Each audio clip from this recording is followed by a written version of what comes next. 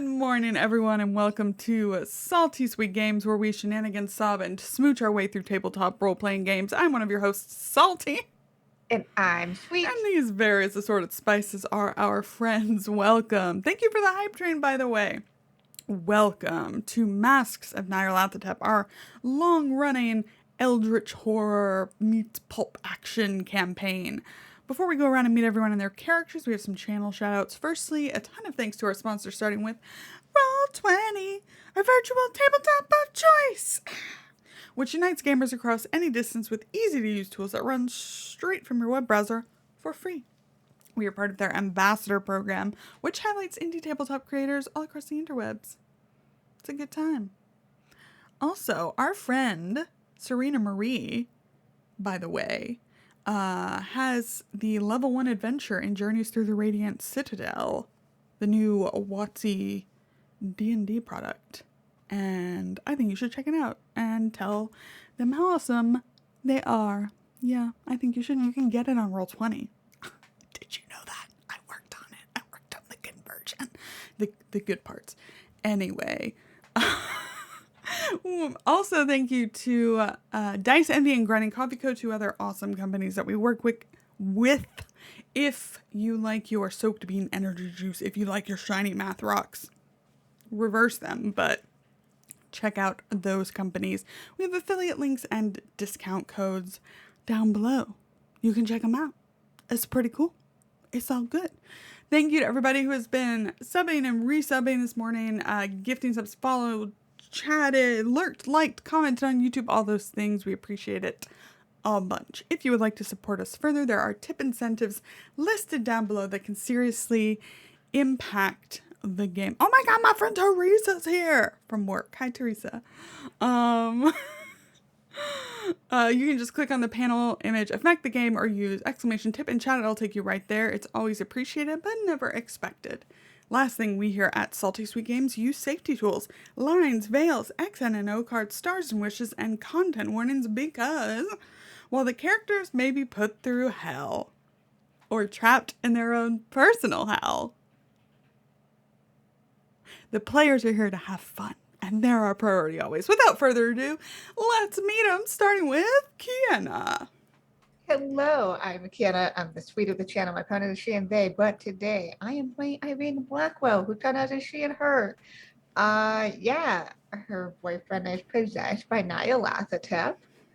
She currently has no mouth and must scream. So that's fun and normal and a great time as always. I have nothing to say except I'm thrilled for you. Let's go over to Allison. Hey everybody, it's Allison. Sorry, I'm a little bit salty just thinking about the fact that it's Charlie's world and we're just all living in it. Anyway, I play Ganymede Graves, adventure scientist, once the archetypical woman of the age of rationality and progress, now she who surrenders to the madness to fight the madness. Last time, I almost killed two of my best friends in the world. I don't know what else you say about that. That's how it goes in the Nyarlathotep-verse, I suppose. That's just the universe. Let's go down to Summer. Woo! Hi. I don't know what the fuck's happening. We did some bad things, like sometimes just the worst guy is in your body and just does some like fucked shit. And like, what are you gonna do about it? You're in your own head. Hi, I'm Summer. I use she, her pronouns, and today I'm playing Charlie Rob, question mark. That's what I have on Zoom. Who uses he, him pronouns. And whoops, sorry about last week. Hopefully Charlie comes back soon and can be really confused. Be like, why doesn't my girlfriend have a mouth? Why is Ganymede so mad at me? For things I didn't do. Summer did them, but Charlie is innocent. Summer did them with enthusiasm. I did them with enthusiasm. You know what? I was happy to do them, and I'd do it again. Excellent. Good to know. And last but not least, of course, there's Tommy. Gotta love when, one of the other players just like, I was happy to half kill most of my friends. And It's my I would have killed you ideal- for real That's if my I could ideal have. player.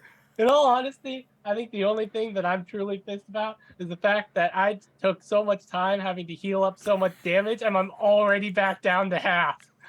Like, I'm already back down to half my HP. Small blessing.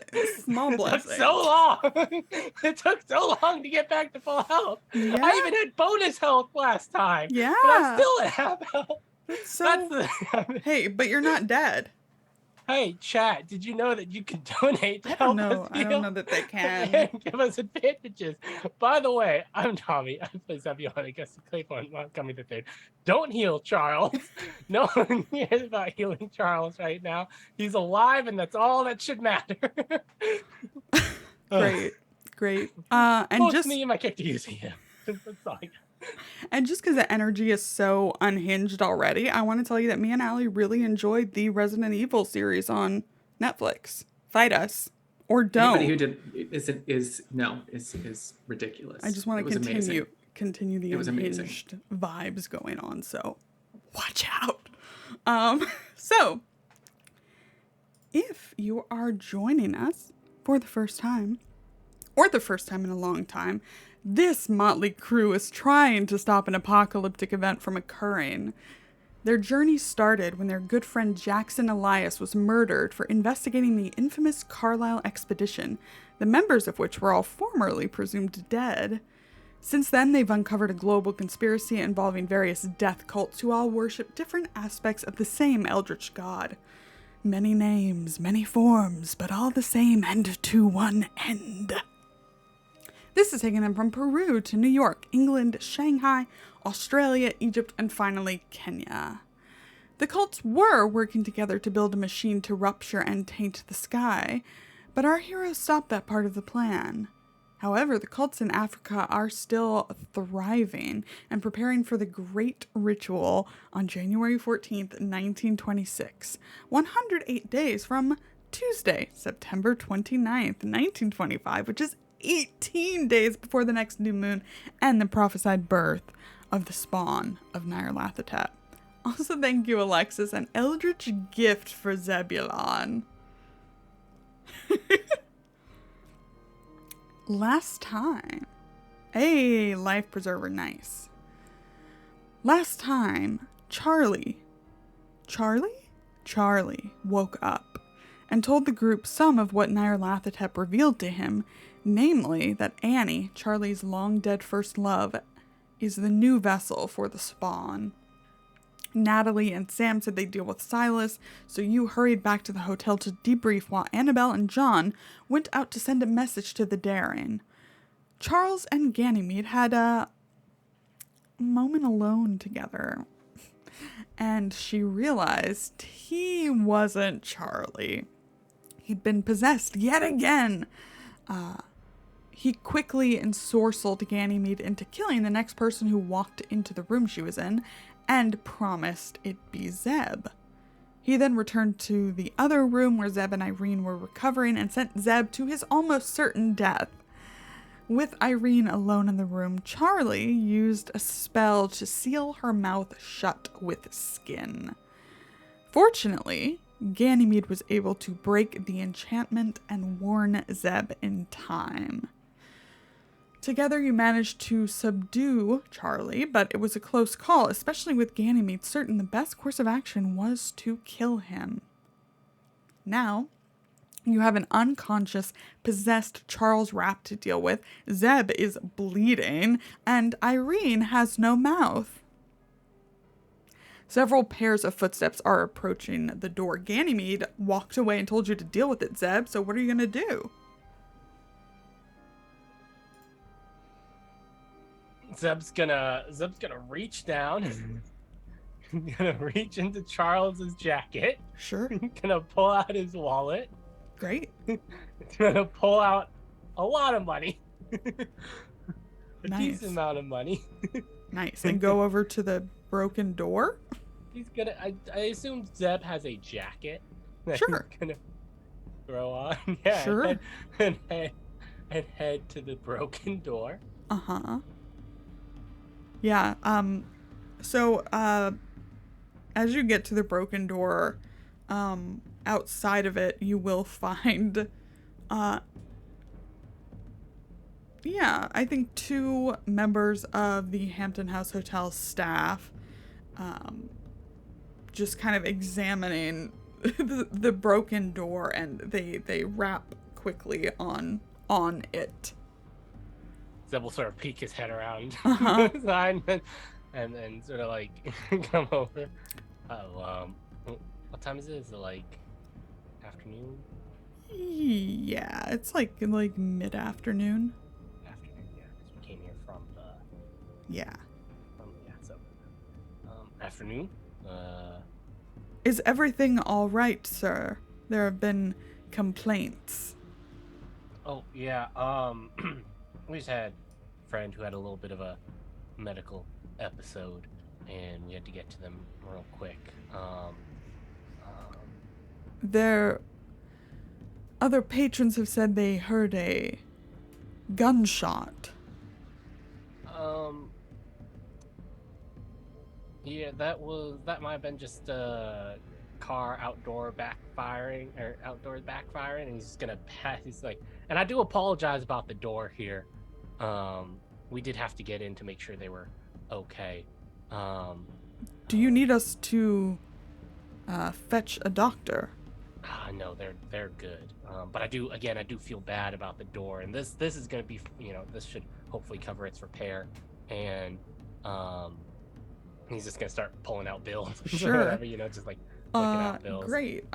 Give me some kind of social check. I'll give you a bonus die for the money. Persuade. Let's go. All right. Manifesting critical success. Manifesting. Go! Wow. Wow. And then he flips open, enough to cover the door because he legitimately wants to cover the main Sure. door, and then a little extra. Yeah. Yeah. The 2 gentlemen kind of look at each other, and one reaches out and takes the cash.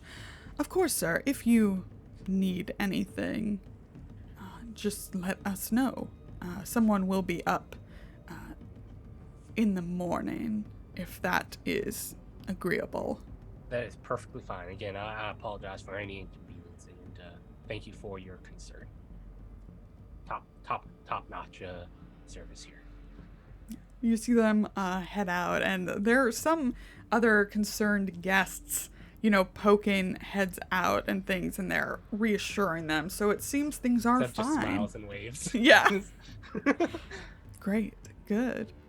Okay. That's taken care of. Charlie is still unconscious. Actually, Charlie, why don't you roll me a D4? Okay.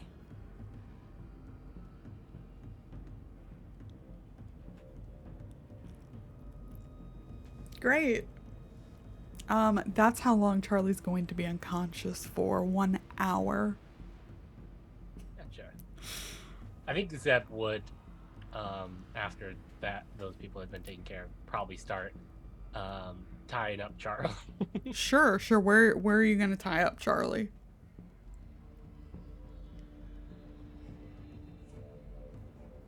And with what? In a different room? We surely have rope. We surely have rope somewhere. Surely. We surely We'll have make a rope. luck check for it. I have a useful item remaining gifted to me by a viewer long ago. Well, let's see if he makes a luck check before you use it. All right, manifesting critical success. Uh-huh. Nope. Nope. Would you like to re-roll that?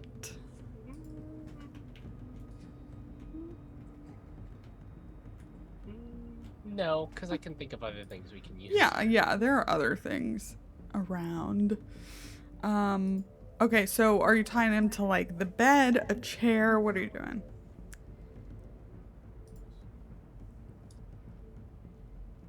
Ganymede was the best thing to tie him to. And also, we would probably do it in a different room. Sure. Like before he's untied, but while still unconscious, Zeb would just kind of like, pick him up and carry him to a different room. Mm-hmm. You hear make sure he's not super bloody before doing that. When you shout that, you just hear the sound of a china teacup being set on a saucer, and Ganymede calls out, "I would recommend to the back of a moving truck, Zebulon, but I don't know why I asked you that. if that's not immediately available, a chair perhaps, or a bed." All right then. I guess, and Zeb will. Zeb takes off his now again ruined shirt. Yeah. Keeps there and starts tearing it up, and starts tearing it up into strips. Mm-hmm. Starts using some of that to bind Charles for now. Sure. Make a gag. Oh. I am going to use the useful item. Can I just use it? Yeah, of course. Ganymede is feeling she's feeling bad for Zeb. And so after a moment and hearing you rustle around, she steps into the room where she and John and Annabelle are staying. And she rummages about in John's bag, the bag of retired Detective Inspector John Craig, and pulls out a set of handcuffs. Nice. And walks across the hall with them in her hand. I think, Zeb's tying Charles up in Zeb's. I'm Sure. assuming the other room was Charles and Irene's that we broke. Right? Yeah, sure. And so it's just Charles and Zeb's bed. I think Zeb will take the handcuffs and does it have is it like one of those ones with like sort of a wrought iron sort of headpiece that can sort of do the hand Sure. both hands, or Yeah, you you can one do both hand? hands up. Okay, yeah. Zeb doesn't want to leave a hand free, and Smart. he's like, man, I really gotta make sure no one comes in this room. I gotta make sure they don't bring house cleaning in. Sure. And gags Charles. Mm-hmm. Great. What about, where's Irene right now? I think Irene's in the corner of the room. She had found some scarf or shawl or something to cover up her face, at least the lower part of her face. Doesn't particularly want to freak out anybody with the Sure. hey, no mouth thing. No mouth. But I think that she's going through her notebook. Uh-huh. And I think she's actually pulled out her notebook from Peru. Yeah. As she's like, okay, so Charlie had exhibited a lot of symptoms that Larkin had. He is very sweaty as you handcuff him. The sweat and the void eyes and everything. This is the same kind of whatever was going on with Larkin. And so she's just going through and trying to see if there's anything there that could help. Yeah, absolutely. You all would remember, as you're thinking specifically about Larkin, that in his room you found heroin. And that seemed to, he said he had malaria. But after you knew everything, I think, suppressing pain is part of that. And, a kind of a sedation that might be useful.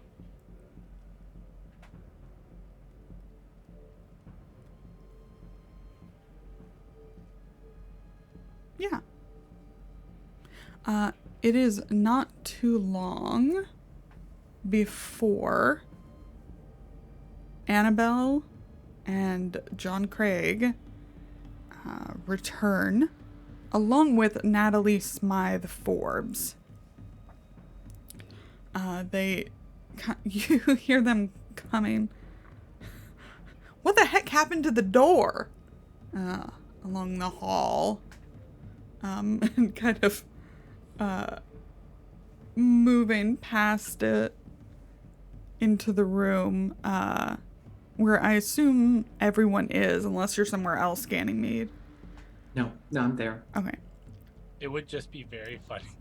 I don't know if you saw my comment in the chat, but if that's what they walked in. Sure. It's probably a little later, so you've had some time. But they are going to see Charlie handcuffed to the bed, Zeb bleeding. I think at this point, Zeb's probably like treating his wounds at this point, probably. What in the Sam hell happened? He's been possessed again.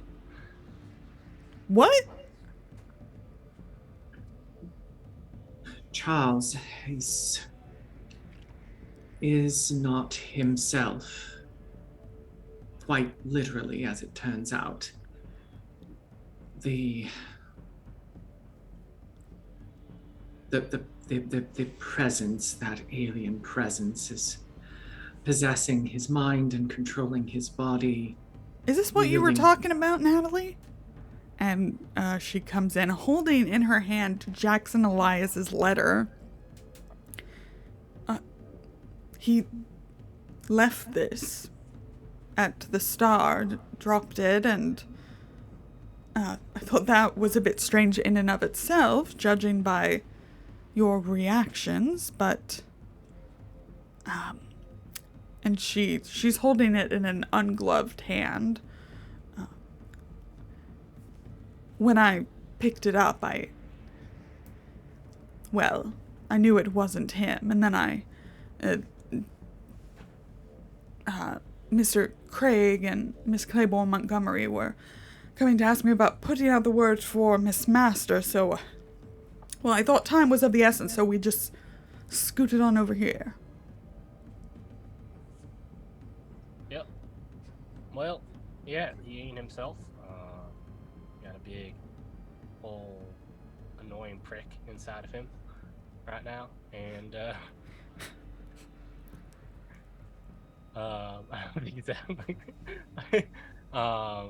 who's trying to kill all of us.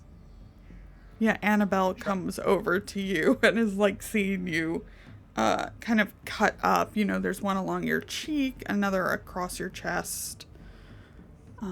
What? Did he attack you? Yep. Man, and I just got this shirt. He says, looking down at the toy. Oh, yeah, that was one of your more decent ones.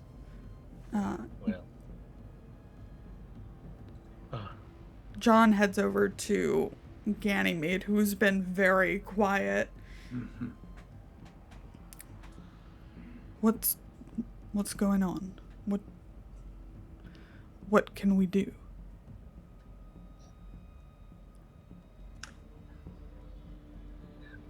We need to find a way either to rid him of Nyarlathotep's presence, or to safely get him off the field where he can't interfere with what's coming. I assume at this point that Irene has sort of pointed out to us that her memory of the heroine and I think so, or like even I think perhaps in this moment, like she's trying to find a way to like come converse without being able to converse and without drawing attention to the fact that she can't talk right now. Yeah. Right. But she has her notebook, and I think that she's kind of like has shifted it to like face towards all of you with like, I think probably writing like Larkin used heroin. Yeah. Yes. Just very awkward, like, hi. Yes. Yes, of course. That's brilliant, Irene. So Natalie's perhaps like looking at you as you're like covered up with a scarf and not She's talking. just, yeah, she's just like, I don't think she's making eye contact with anybody, except for like Genevieve and Zeb. She's very clearly trying to be like, I am walling myself off right now. Uh-huh. So what you're saying is, until we can figure out how to get this thing out of him, we need to find some heroin.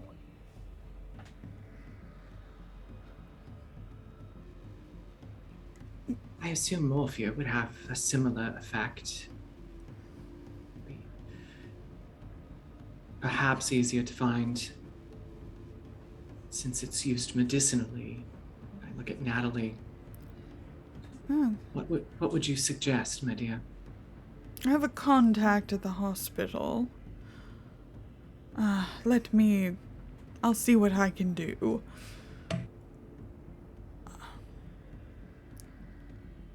Zeb will pull out some more money if this will help at all.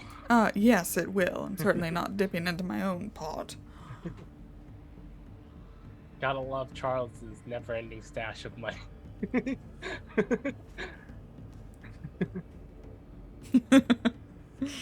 RPG cheat code. Just be rich. The enemy. Do you think there's anything that I hate to ask this, but do you think there's anything in that book of yours that might help us, or point us in the right direction at least? Do I think there's anything in the Necronomicon that would avail us in this moment? You can make a Cthulhu Mythos check, except you'll use the book's Mythos rating, which is 48 as opposed to your 18, I think.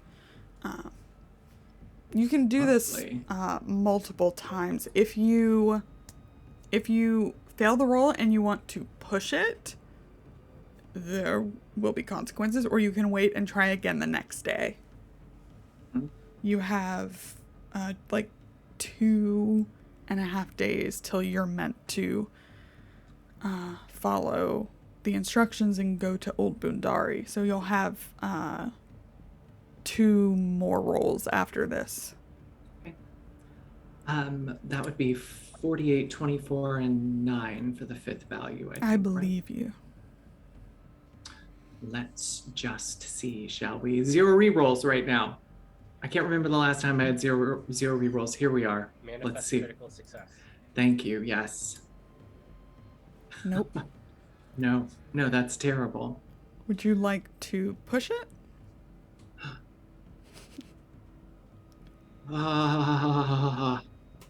The cost will probably be sanity. Yes, I would like to push it Okay. because the people I love most in the world are standing right here, and he's going to wake up at some point. Okay, so you need a 24 now, because it's got to be a degree more difficult when you push. Okay. Okay. Okay. It's all good. Oh, that's... Are you going to use the 4 luck? It takes me to 37. Ugh. I'm sure you'll get a little more luck for the road at some point. Yeah, I'll use the 4 luck. Okay. All right. So also, take, just because you made it, 1 point of sanity loss.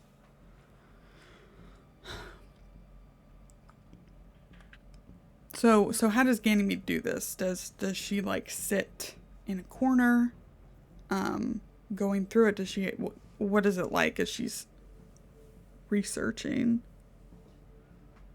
She, as Zeb makes the suggestion, she just stops for a moment, and you can see her shoulders kind of deflate a bit as she imagines what this is going to mean. And she just nods, and she walks toward the door to go to the room that she shares with John and Annabelle.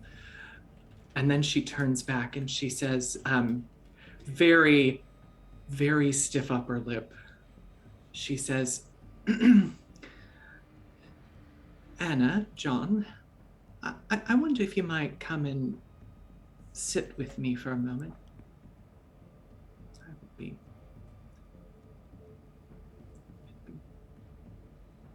comforted to have your presence with me for a bit. Yeah, they immediately kind of hop to it after John checks, the handcuffs to make sure they're really secure. He would definitely be able to tell. And he sits across from you, kind of his hand on your knee, and Annabelle kind of cuddles up beside you.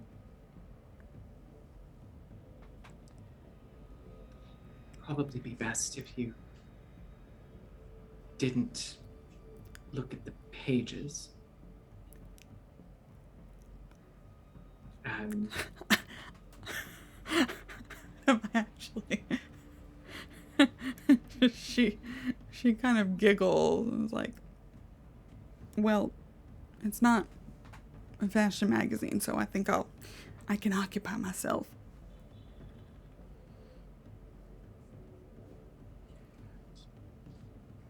I crack open the book. I flip through a couple of pages to a section that I'm familiar with, and I'm hunched down over it, with it on my lap. Mm-hmm. It takes all of my concentration to be able to grasp what it is that I'm reading. Not because of the language of it at this point, but because of the complexity of thought that's required to understand these eldritch concepts. Yeah. And as you get to that, you feel like the comfort of Annabelle's head on your shoulder and John's hand on your knee, grounding you. And about an hour later, you are able to kind of put together the pieces for a spell, like a ritual.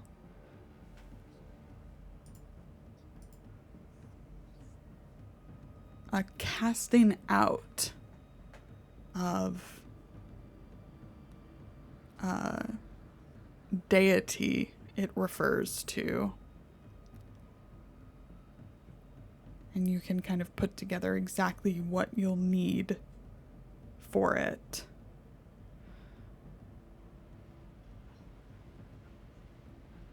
Meanwhile,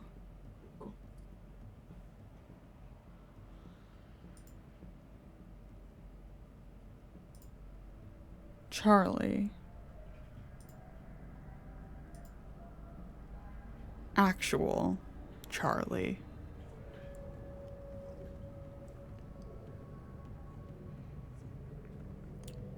you are tucked away in your own personal hell. Sometimes hell is just moments.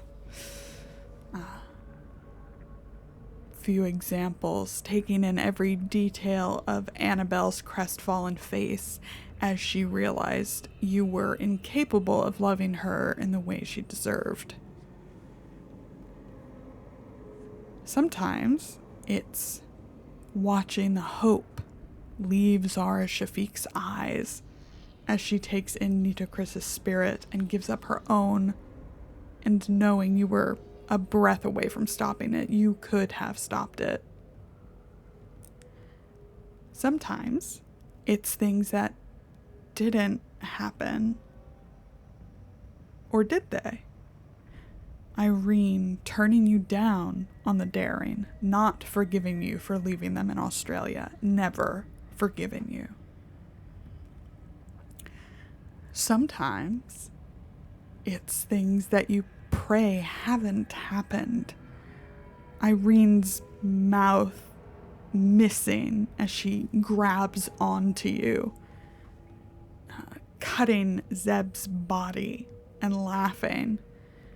Ganymede shooting you, shooting to kill with no compassion in her eyes. You pray that hasn't happened. But mostly, you're driving along the California coast with Annie.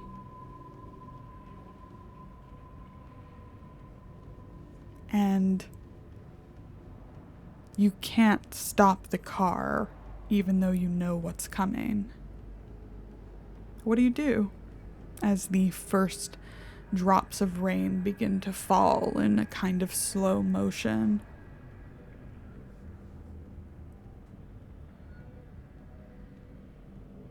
He knows what's happening.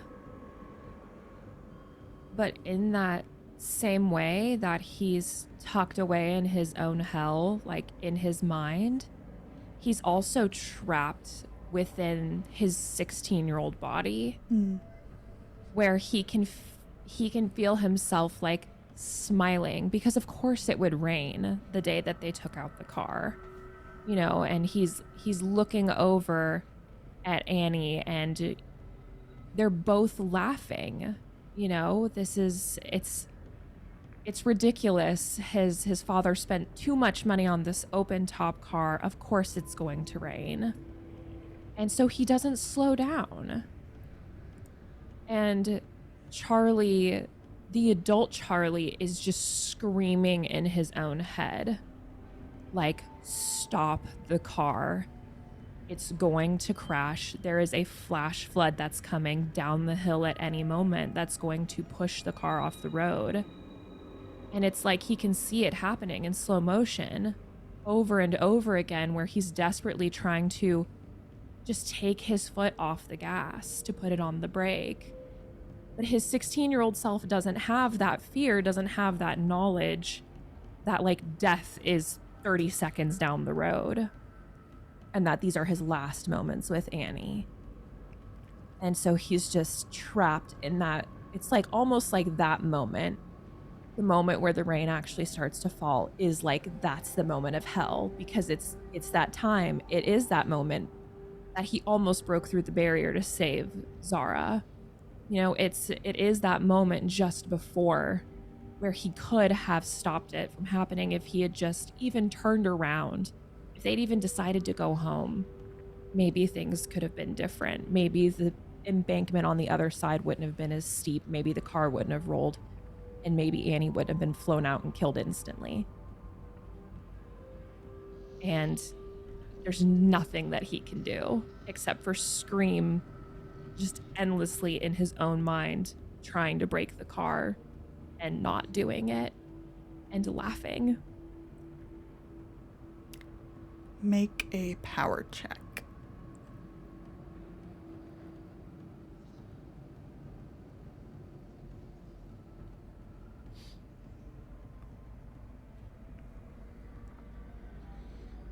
As much as you kind of rail against yourself from the inside, nothing is actually affected, but something does change. Annie is usually the one who laughs first. She has a really easy laugh, you know. She doesn't cover her mouth or anything. It's wide and free.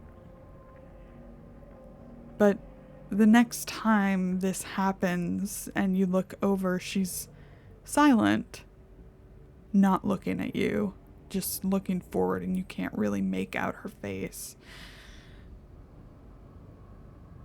But you can see in the rear view mirror. And you see yourself in the back seat. Not your 16-year-old self, the one you know now, with the void eyes of Nyarlathotep. And he's leaned forward and rapidly whispering in Annie's ear. And he sees you see him, and he winks. And you begin to roll. All in slow motion again.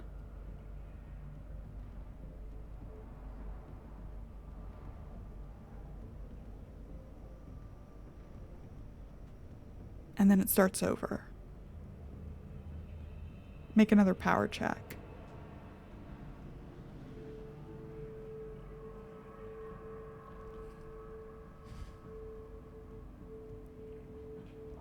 The same thing. And it's never, ever going to stop. And you deserve it. This time, instead of staring silently forward, she turns to you, even though you can't change anything you're doing. She turns to you. This is all your fault, you know. And you begin tumbling again. Make another power check. Roll 20. Don't be a bitch. Thank God. Oh my God. What do you do this time to try to change it?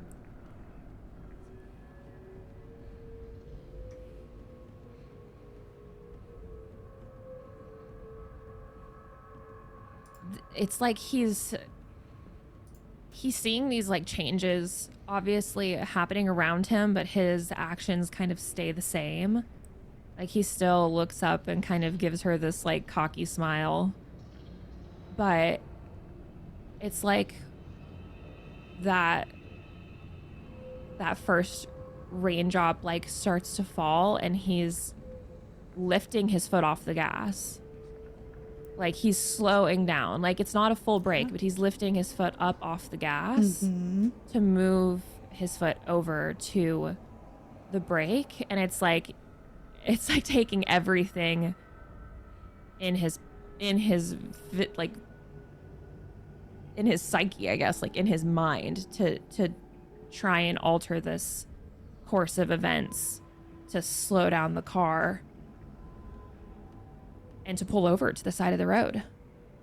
Great.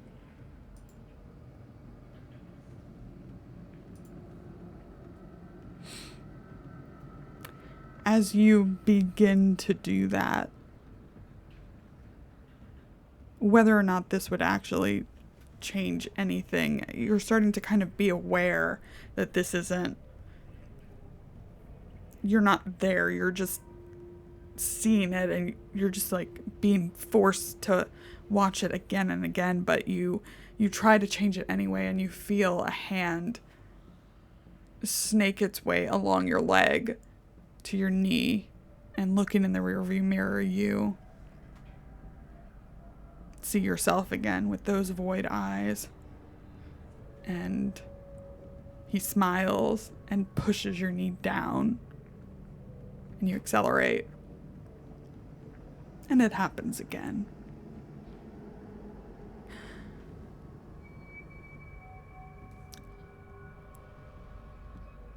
Back at Hampton House Hotel. Oh, real quick.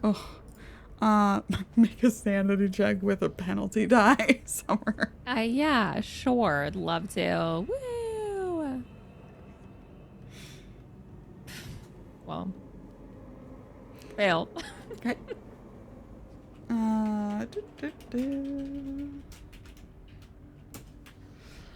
You lose 5 points of sanity. 4 now. Sick.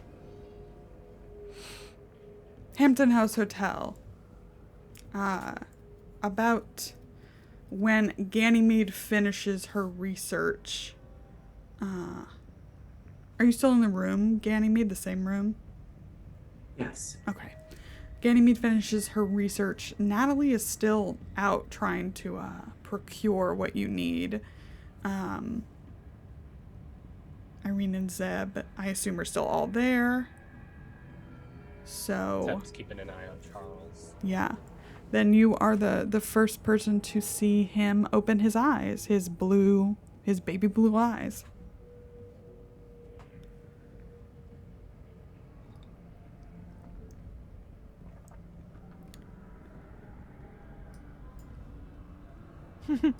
Zeb just is like staring contest with Charles right now, just kind of like. You see, yeah, I think you see Charlie open his eyes, and he kind of is staring at the ceiling for a second, and then his head just snaps over to look at you, Zeb. And he just smiles at you.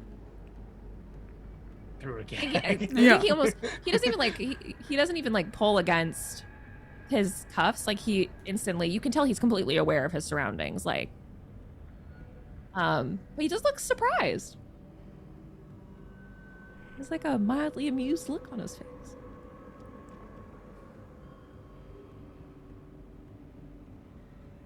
And Ganymede, you've finished your research.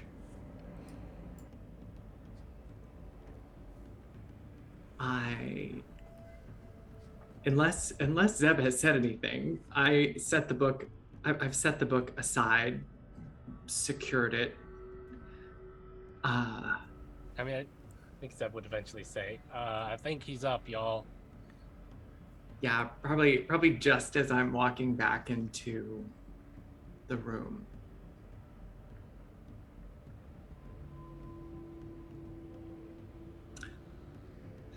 What? For how long? A couple minutes now.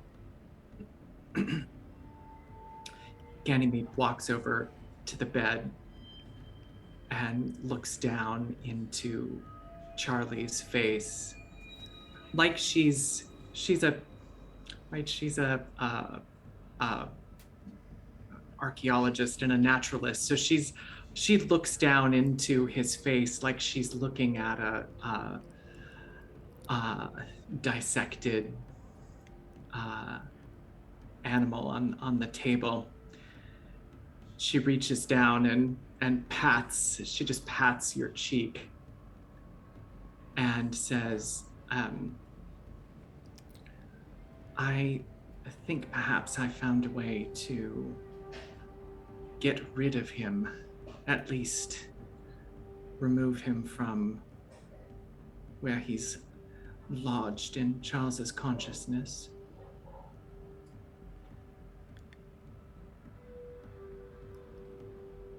Charlie was. Oh, sorry. Go ahead. No, go ahead. Yeah, I think he was just staring at you, Ganymede. Obviously, as you can, like the moment you came in the room, he like his eyes went from Zeb like straight over to you, and he was looking at that. And when you say that, he imperceptibly, if you weren't staring right at him, you probably wouldn't have noticed, rolls his eyes.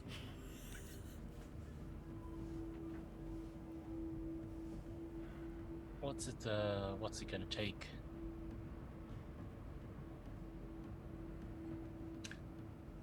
She, still looking down into Charlie's eyes as she says this, she says, why, magic, of course.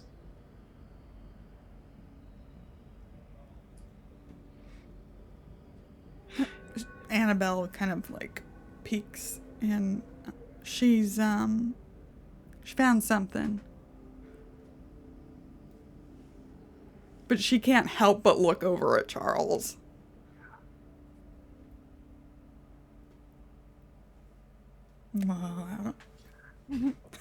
Just like she like hooks Ganymede's arm. Yeah. Oh yeah, if she's that close. Yeah. Yeah, so you're looking right at both of us. I guess, was it Natalie found some? Or who found some? Natalie hasn't come That's back me. yet. Okay. Oh, Yeah, Kienna I think, found some. yeah. Okay. I I turn my head away from him and I look at the rest of you and I say, despite what the cult believes, these are not gods. They're far from it. They're like, oh, John, what do they call in that book that you're reading? And John says, book? They're like Martians. Like he kind of reaches over and holds up John Carter of Mars from Edgar Rice Burroughs. And I say, yes, they're like Martians. They're more advanced than us. And I look back down into Charlie's eyes for now, and say, for now, at least. But they're not all powerful, nor are they all knowing. And right down, I cannot resist the urge to get right down. I kind of get down close to Charlie and I say, and there is so much about us that they do not know. He has not been looking at you since Annabelle came in the room. He's been staring at her. She grabs your chin and turns your face. She gets right between the two of you, so you have to look into her eyes. So much that you do not know, and I suspect are incapable of knowing.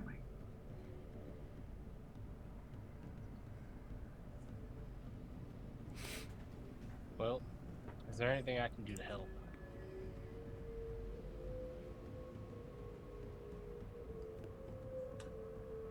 Is there anything Yes. that Deb can do to help? So this spell, as you kind of leave Charlie there, I assume John will keep an eye on him. This spell, right? Basically, it takes magic points mechanically. It takes 20 at a minimum, but 30 if you actually want a chance. And then you can put more in the pot. Multiple people can contribute. If you fail, you have to wait till the next day and try again. But it is essentially a casting out. For those who aren't super familiar with the system, I have 14 magic points and I am basically the spellcaster in the group, although Charles has usually, I think, Charles cannot access to more contribute. than that, but cannot contribute. Yeah, Charles usually has exactly. 18, but unfortunately he's not here right now. Well, I mean, I imagine that Kienna probably relays something like that to us. Yeah. Will this, mechanically speaking, does Ganymede imagine that this is going to affect Charles or Zeb or Irene's ability to participate in the elder sign ritual when the time comes?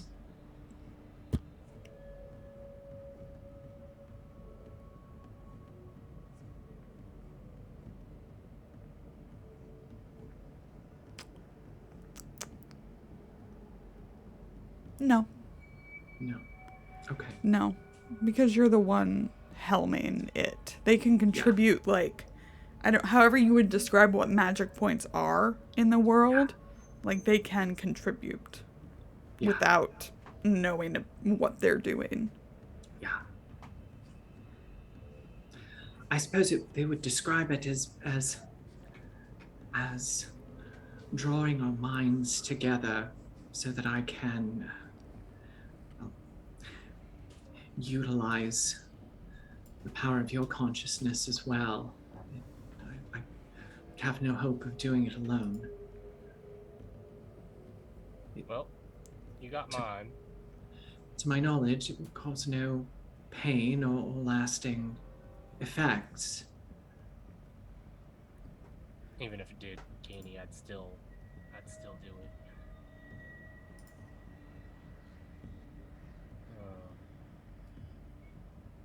I don't know much about magic or how to use it. I'll leave that to you, and I'll contribute whatever I can to help out with this.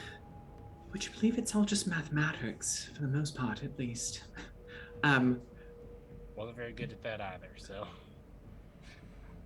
Irene, I wish I could say if this will reverse your condition. I don't know. But I believe that you can contribute as well, if you would like. I think that Irene takes Ganymede's hand and just like nods.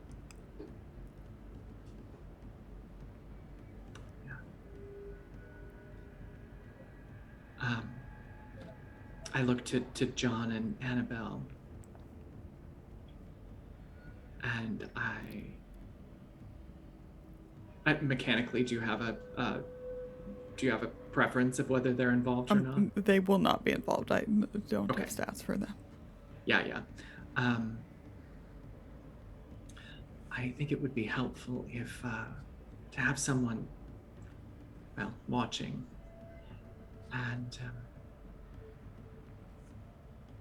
I pick up my shotgun, and I say, Anna, dear, it would be helpful, I think, if it were dark in here. Can you help, please? And I hand the shotgun to John. Mm-hmm. And I say, in case anything goes wrong. It is probably best, so Ganymede knows, to wait until he's more sedated, because he is not right now. So if he wants to try any sneaky stuff, he's still perfectly capable of doing so, because he's not suppressed in any way. Yeah. We're expecting Natalie to return sometime soon. We'll be prepared when she does. Let's see. In the meantime, I'm teaching Zeb. There is and Irene both. There's it's sort of a meditative practice almost. Mm-hmm. So I'm teaching them how to do that. From out there, that you're gonna say you're gonna teach us like the magical chant. I was like, that's gonna be difficult for Irene. Yeah, no. No, I'll take care of the chanting, Zebulon.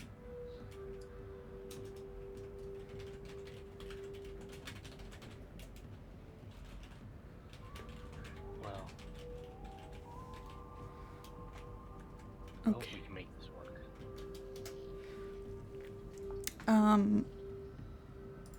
Cool. Let me roll for how long this is gonna take Natalie. Critical success, Natalie.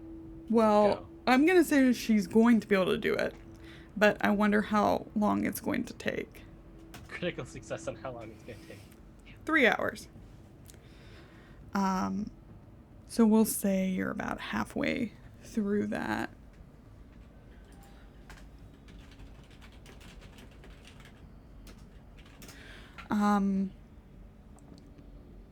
So yeah, you're prepping, and Annabelle at some point heads over to Irene because Ganymede made a reference to her one of you made a reference to her condition. She says, Irene, what condition?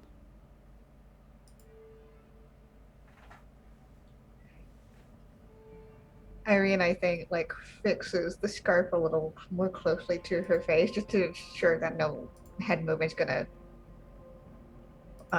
make it fall apart. And she'll take out the notebook and write.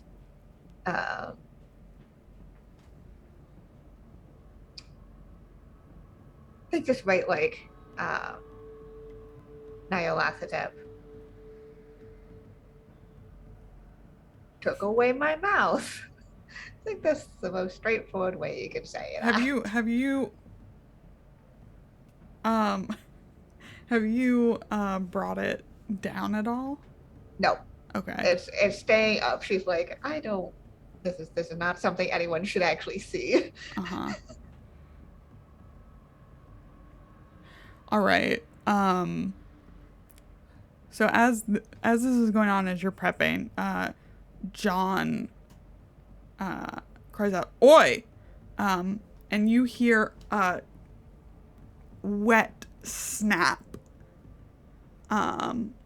John, that hand will slip out now that it's broken.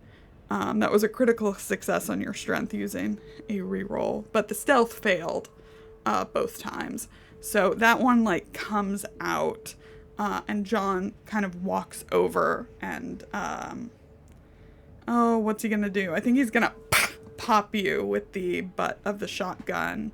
But one of your hands is free. He's loose. Yeah, I mean, literally the moment that, because that's all he needed was just one, because they were connected. That's the only way he was tied to the bed. So as soon as one hand is free, he's going to swing around his body to try and kick John out of the way. Sure. Great. I love it. Give me a brawl. Cool, can do. Should have been looking at these advantages over here. It's fine. Nice. A hard success. I'm going to give him a 50. I'm going to give him a 50. Yeah. For just whatever. Oh, shit! Oh, shit! You can't get one on John! You can't get one on John Craig! You can't get one! He's the most capable! You go to kick him, and he hits you across. He gets out of the way and just like hits you across with the butt again, giving everybody else a chance to do something. Pop, pop, pop! Everyone just start. John Craig! Does anybody else want to do something? Good job, John. Zeb's gonna go over there and try and knock him out again. Sure. Surely can't have that much HP. He doesn't have much. He's got basically 1 hit point. Yeah. That's enough. Yeah. He's kind of subdued again, and whatever you want to do. We'll say your left hand's broken. Yeah. Charlie's left hand is broken. I mean, do I have to put Charles down again? No. You Okay. can subdue him for a time. Does anyone have any rope?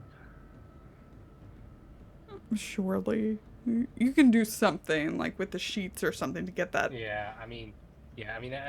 we don't have ropes, then Zeb's gonna go back to the torn up shirt and just start tying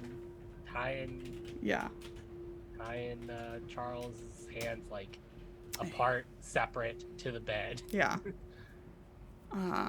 Okay. Brief scare aside. Good old John Craig. Good old John Craig. It was a critical. It was a critical on my strength. Yeah. Poor it was Charlie's great. hand. Poor Charlie's hand.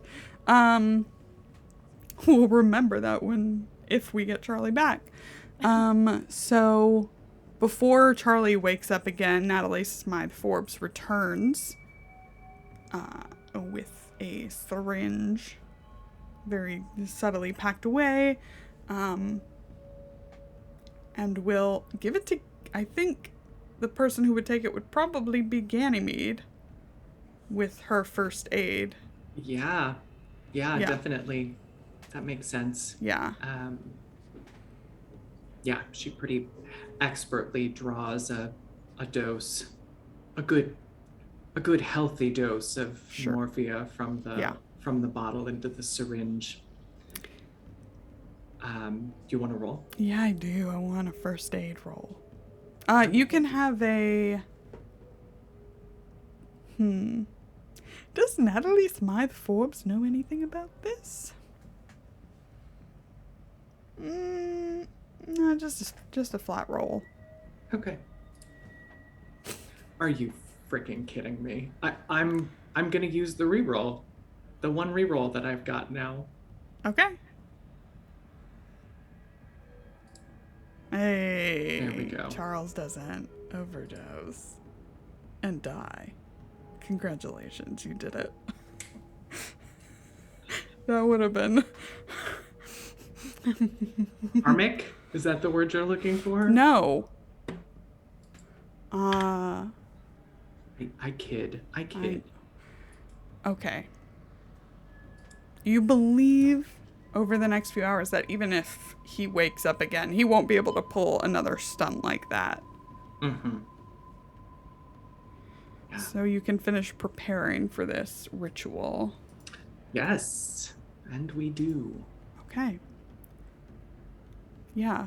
So, let's figure out how much everyone's buying in.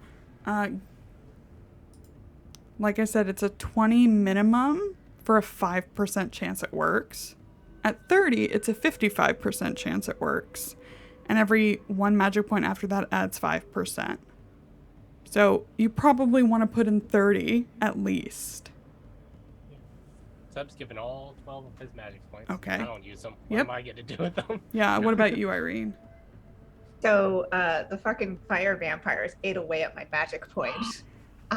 So motherfucker, I've only got 10 available right now. Well, you probably have at least 2 back. 2 back. Okay, Yeah. so I have 12 then. Okay. Out of 18, Yeah. because I surprisingly have a lot of magic points Yeah. for someone who doesn't do magic. Yeah. So yeah, I'm willing to put in a bunch. Aw, that's so sweet, Cassiopeia. 3 rerolls for Ganny. Woo! Gonna need them. Thank you. Yes. So yeah. So this way. So 12 and 12 is 24. Natalie Smythe Forbes. Let me see what she needed for her what'd she lose for her psychometry earlier? Only 5, nice. And she would have gotten, we'll say 2 back. So that's,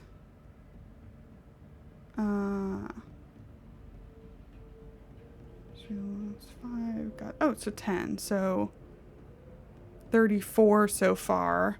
And Ganny you have to put some in. Obviously. You're muted. I think I would put them all in. Okay, great. So, I think so. That's we've 14. got 30. What's 34 plus 14? 48. 48. 48. Great. Okay. So, so it's 55 at 30. And then that's, you said 48? Yeah, so 90%. yeah. Yeah, because each one, 18 gives you, yeah, it's another 90. So, Basically, plus, don't roll a 100. yeah, no. This will succeed with all of that. Yeah. The magic points you put in will obviously come back. You're not giving up your magic points, but it might be slower. Just to toss that out there. But now with all of that in, it's guaranteed that it's going to work. But I want, Yeah. I want the description, Ganny, Yeah. for how this ritual goes down. And it probably happens, I think all the prep and everything, it'll probably happen early the next morning. Mhm. Yeah. So you mean like we work through the night Yeah. to prepare for this? I think that's just right. Yeah. And so it's fine. It's the final hour before dawn when everything is ready. And I think to most eyes, the room would look like it was set up for a spiritualist seance. There are candles in a circle around the bed where Charles's body lies, and Zeb and Irene and Ganymede are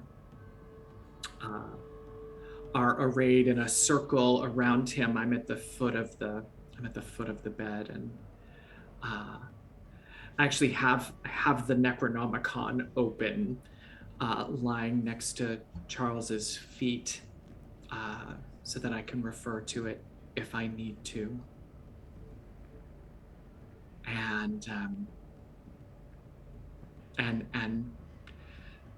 as Zeb and Irene begin to, I assume you close your eyes and you begin to follow this meditative practice that I've shared with you, focusing in on your breathing. I take their hands, and you're holding hands up over his head, and Ganymede begins to chant. It's very, very quiet at first, and I can feel the energy of their consciousness, and access that. It's not like it's flowing into me. It's just that I can use it like a tool in this moment.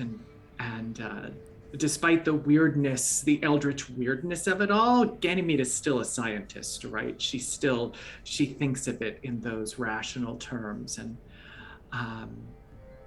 she tries to solve this incredibly complex equation in her head to make this happen. Her voice rises, it gets louder, and she has no awareness of it. But I think there's probably a point where her consciousness at least is in proximity to, maybe even almost touches that of the consciousness that's in Charlie. Yeah, what is as Ganymede touches this, what do you think she hears?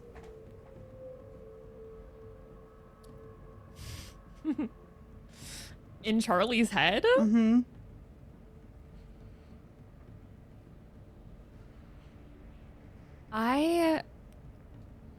I like to think of it kind of like something similar to what Charlie fell into in that vision that he had. There's just this kind of writhing mass of thought that's kind of peppered with, it's like imagery more than it is like cohesive thought. But what you get is this rooting that is kind of taking place in Charlie's head. It's this very like visceral image of, I'm here and I'm not fucking going anywhere. Like, you can try and like dig me out, but like the roots in Charlie's mind, right, are there. And I think it's, whether you like consciously recognize that, Ganymede, it's definitely playing on what you said to Zebulon, like, how can we ever trust him again, right? It's kind of a reflection of that fear that there are seeds here, that there is a way in now. Even if you take him out, Charlie's mind is kind of forever tethered in a way that can't be undone.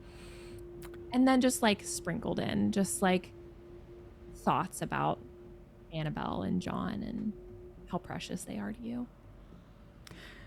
Ganymede, make a power check.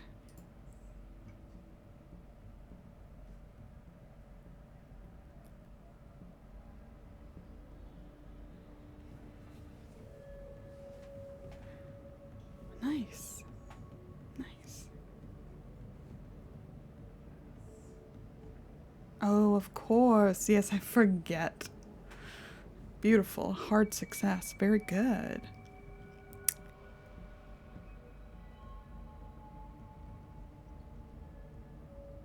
You also hear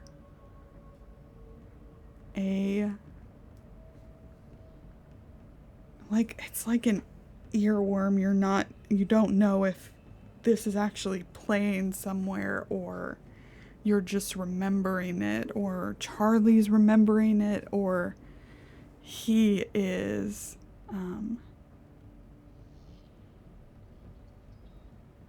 a song you recognize. It had to be you. It had to be you. I wandered around, finally found that somebody who. And it kind of continues in this like humming, sometimes whistling. But it starts to distract you. And Natalie Smythe-Fors, who is part of this ritual, sees this kind of hitch or pause.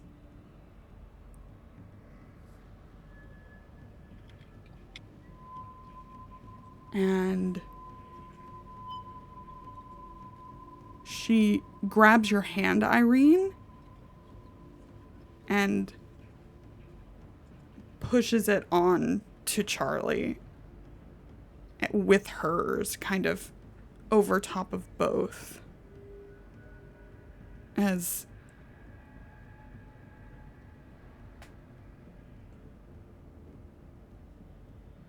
she says to Zeb, "Steady her," kind of pointing, indicating with her head at Ganymede. Physically or? She doesn't bother. She's holding Irene's hand down, and then Okay, I mean, Natalie's... Zeb Yeah. will grab Ganymede's hand and squeeze it, I guess. Yeah. Yeah. You got this, Gany.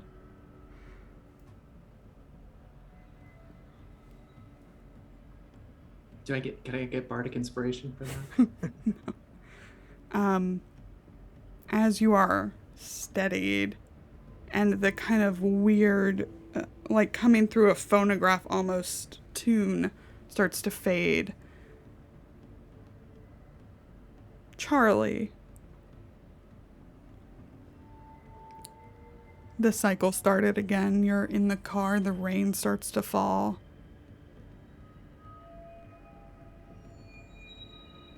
Sometimes Annie's laughing like she actually did, and sometimes she's looking ahead, being whispered to by the thing in the back seat.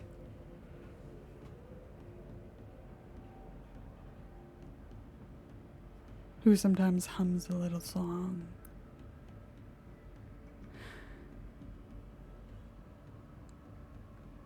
And you are in the pits of despair, even when you tried to stop it. Even in your own imagination, you can't stop it.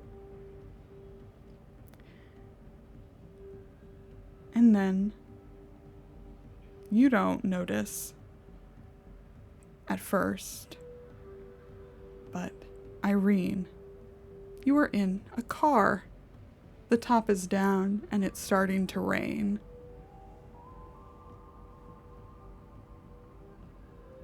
Charlie, younger Charlie, is in the driver's seat.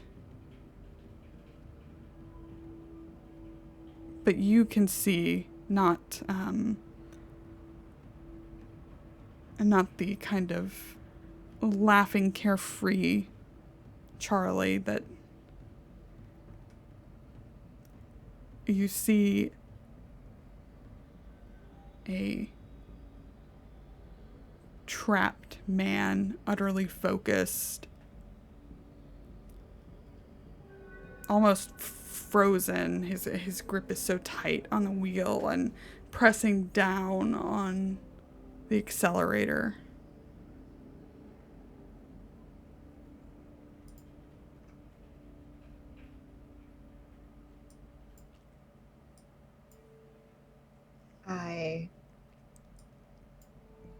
In this seat, I'm crawling onto my knees. I am reaching my hand out, cupping Charlie's face. Charlie, you can see me. I'm right here. I'm right with you. Come back to us.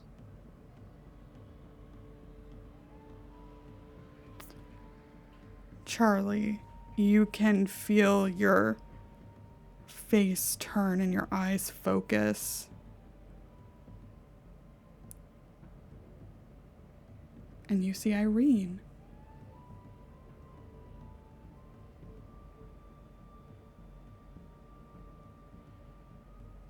Yeah, when he sees you, Irene, there's obviously recognition, but there's also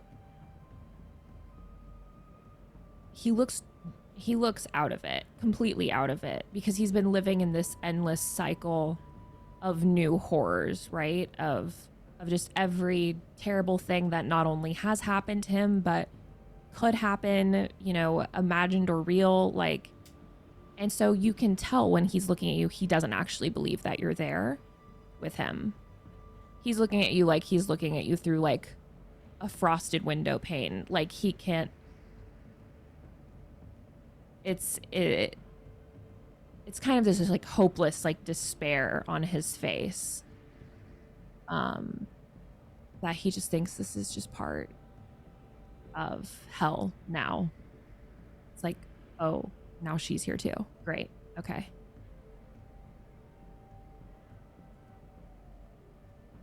And curse safety be fucking damned. She just bridges that gap between the two seats. She doesn't even care. There are no seatbelts here. There are no, you know, she knows the car's going. She knows where it's going. She had been here before in his memories. She doesn't care. And she places both of her hands on his cheek, just cupping his face, making sure that he is still looking at her.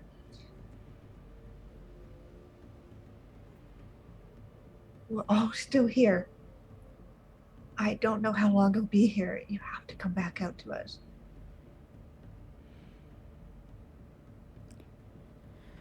In the Hampton House Hotel, Charlie's body starts to rise off of the bed.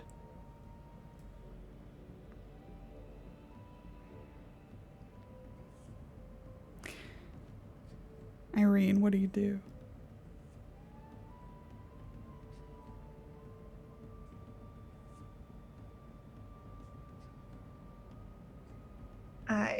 I think that she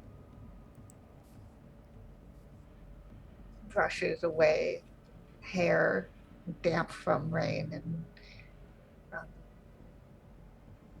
sweat, this stickiness that is stuck to them the way that Nyarlathotep has stuck to them in this awful sensation. And she just presses her forehead to Charlie's.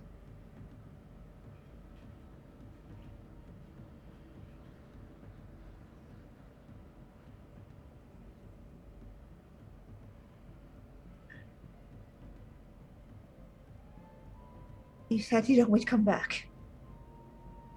Don't break another fucking promise to me, Charlie Map.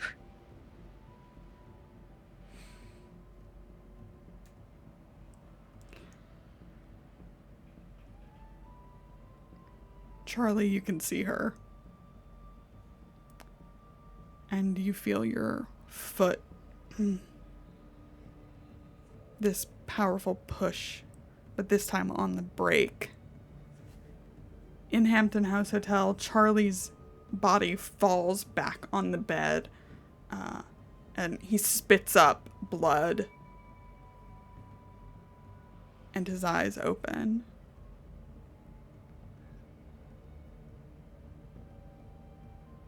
As Ganymede feels that it's working, that it's going to have this effect, I think she feels as though she's in that place that Charlie was in, that Summer described, with this writhing mass, and she's just standing there opposite it, And she says, and it's silent despite the tumult outside. It's silent in this place. And she says, I know you're here. I can feel you now. I know that you're afraid. You may not recognize it as fear, but perhaps it's just because your kind haven't felt it for so long. Let me tell you what's going to happen next. We're going to defeat you. We're going to seal you out of this world.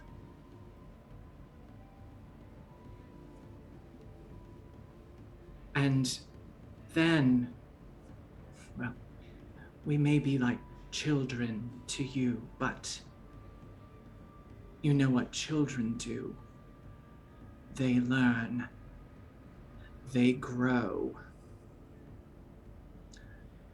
And someday soon, we will have learned and grown enough, and when we do, we are coming for you. And then she...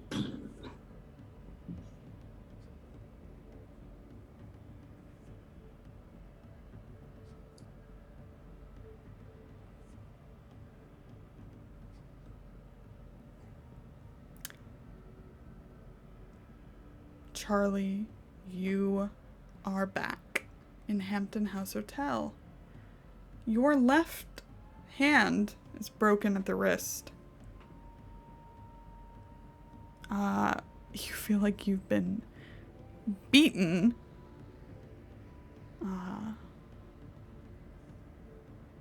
And there's blood kind of out of your mouth onto your clothes, onto the bed.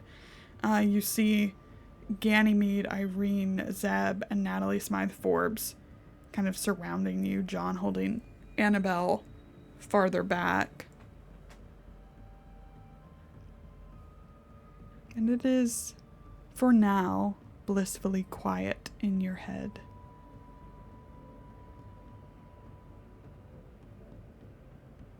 Yeah, they're, you know, he wakes up and he like kind of as soon as he's done like choking for air, right? He's also like sweaty, like really sweaty. Disgusting, yes. Yeah. I mean, like, I think that there is like a very visible shift in like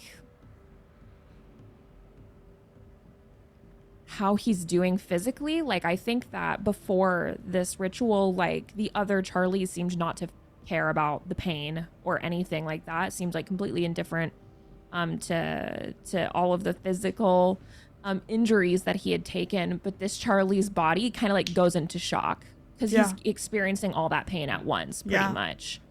So you can see like he immediately starts shaking. I think just tears just like pouring down his face the moment that he is any kind of conscious.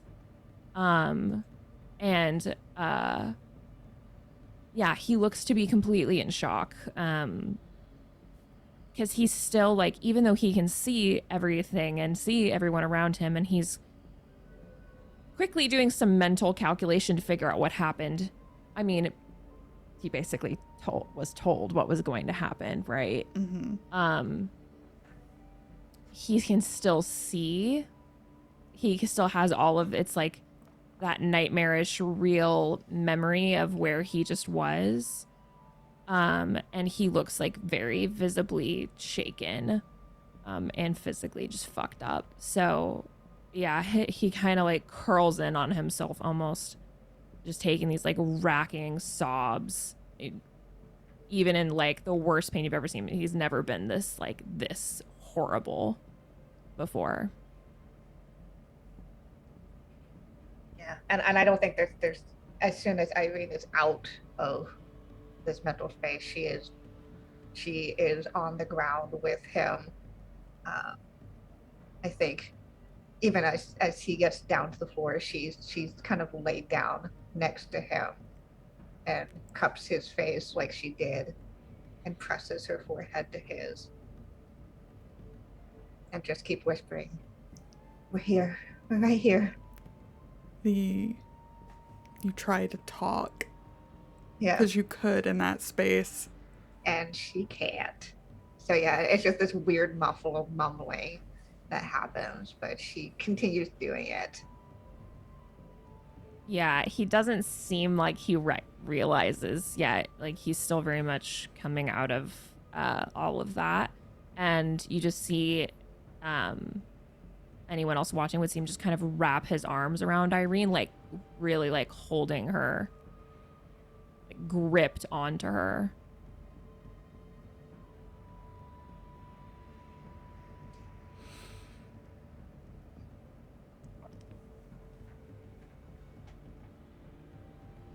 Yeah, and Irene's gonna stay there for as long as it takes. Mm-hmm. Well, I think we've got Charles back.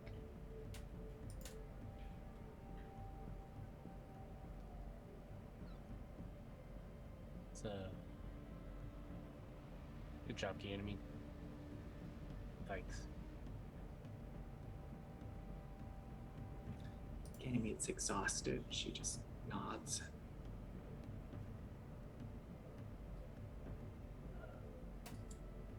And John, why don't y'all take care of Kienna here? And Yeah.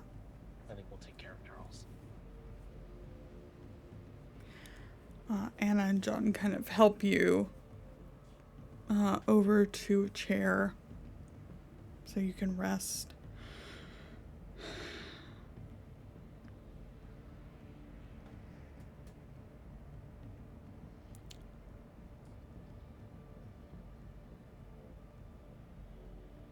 And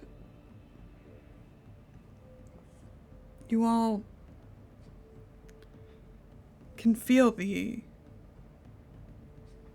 power of what you've just done together.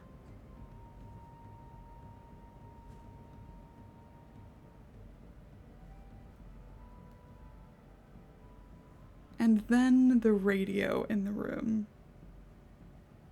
flips on.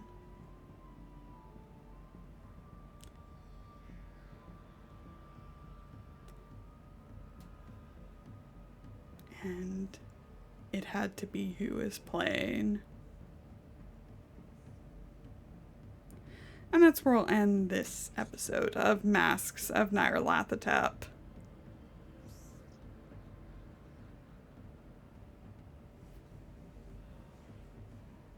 Dang. You're really gonna do that to us, huh? Yeah, you won. Good job, guys.